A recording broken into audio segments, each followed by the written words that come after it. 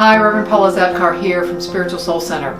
Today is July 4th, Independence Day, and we celebrate that in the United States as getting our independence, of declaring our independence rather, from the British rule in 1776. What does it really mean? You know, I talked a little bit on Sunday about what it means to be independent, what it means to be free.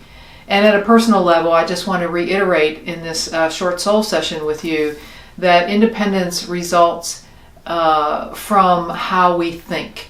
Is that we have a mind that can choose.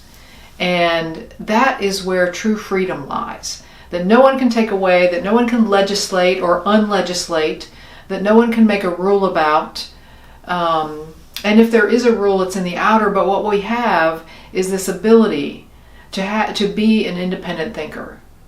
You know, we don't have to follow the crowd. It's how we get, when we get stuck in having to think a certain way, the result is a cult mentality, that there's only this one way. And so what I encourage you to do is to activate and to engage in independent thinking. To be curious. Curiosity is one of those things that really is reflective of the independent thinker, the independent mind. To always be able to question, to go a little deeper, to read beyond the headlines, to consider what it might be like walking in another's shoes. Even to be able to do that is an ability we have, is to set aside where we are, to set aside what we're dealing with, and to literally imagine ourselves walking in someone else's shoes.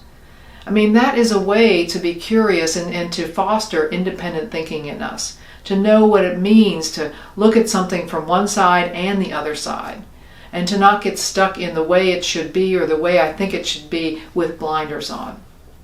The person who is an independent thinker is one who is always free, who is always experiencing freedom in themselves.